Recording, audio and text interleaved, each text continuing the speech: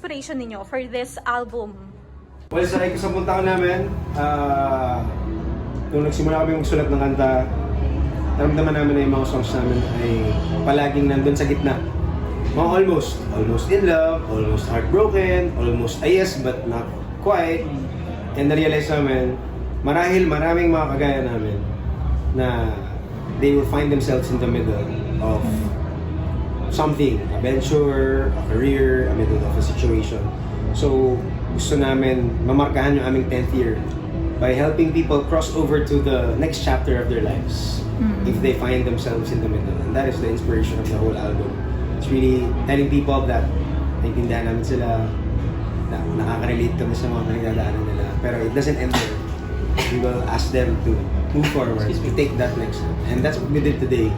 We literally took the next step forward. Okay, so the word relate. So meron po ba tayong kwento about this? Relate doon sa parang sinasabi nyo nga na in between, gano'n. Feeling ko lahat ng songs mo, merong kanya-kanya aming mga personal stories nun kasi we also want it to be genuine. Para we believe kasi na if it's genuine sa amin, yung mga songs, magiging relatable siya sa mga listeners na. And so, may mga touch of stories na sa album. Okay, speaking of album, bukas lalabas ang music video by 7 p.m. po, Yes. di ba? So, ano po ang ating parang siguro hugot para sa music video na ito? Well, ang music video na to ay it's the total picture of someone who's yearning to be chosen.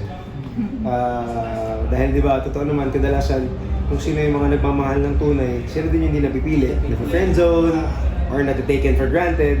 So, yung bukas ay yung music video na ginawa namin depicts that and hopefully speaks to the situation of people who find themselves in the same shoes.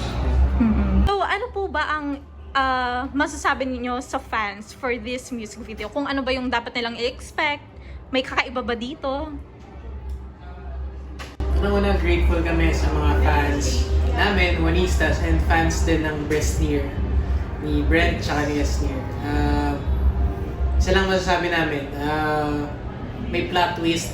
So, hintayin na lang nila yung plot twist sa dulo ng music video. Abangan nila 7 p.m. sa YouTube. Okay, and syempre last na lang po siguro, ano po ang message natin para sa mga fans na parang 10 years din na nakasama kayo with your music? Maraming salamat sa 10 taon na pagsama nyo at pagsuporta nyo sa amin. Yes. Salamat dahil kayo ang nagbibigay ng wind beneath our wings. Wow. At kayo ang dahilan kung bakit nandito pa rin kami at nagpapatuloy na naglalabas at nagre-release ng songs, even an album on our 10th year.